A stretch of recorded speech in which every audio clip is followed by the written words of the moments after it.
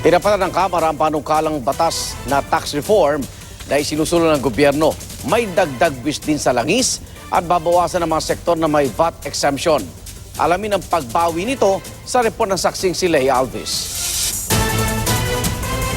Para mas malaki ang take-home pay, ibababa ng income tax. Ang binabalangkas na planong yan ng Department of Finance, hindi na hinintay at tinapatan na ng House Bill 4688 ni Albay Representative Joey Salceda. Tinawag niya itong Tax Reform Acceleration and Inclusion o TRAIN.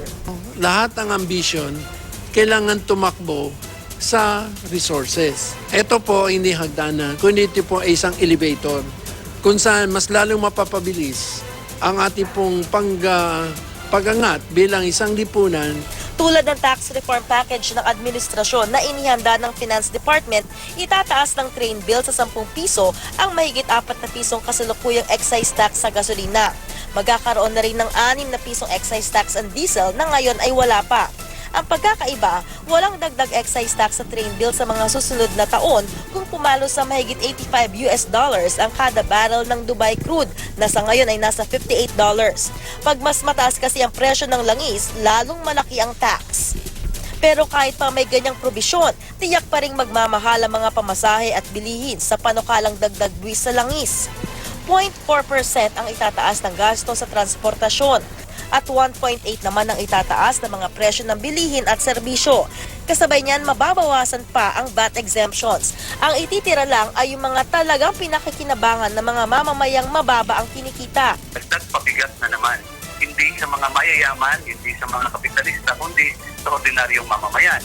Kaya naman isinama sa panukala ni Salceda ang pag-ibigay ng 500 peso kada buwang subsidy para sa pinakamahihirap na pamilya, bukod pa sa natatanggap nila sa ilalim ng Conditional Cash Transfer Program. Nagamit po natin yung Family Income and Expenditure Survey bilang basehan kung magkano dapat ibalik sa mga ordinaryong pamilya na pwedeng masaktan nitong oil ban, ng oil excise tax.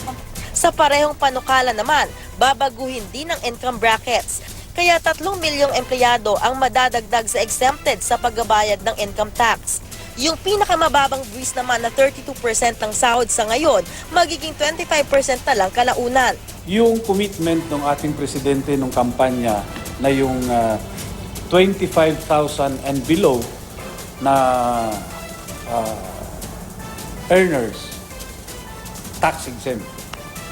Yun ang gusto kong isulong. Hindi lang naman daw mababang income tax ang kapalit ng taas presyo ng mga bilihin, kundi dagdag 170 billion pesos sa koleksyon ng buwis para pa lang sa taong 2018. Yan ay kung maisabatas ang panukalang tax reform sa Nobyembre. It will also generate the needed revenues, mass transportation that we badly need. Ako si Lay Alves, ang inyong saksi.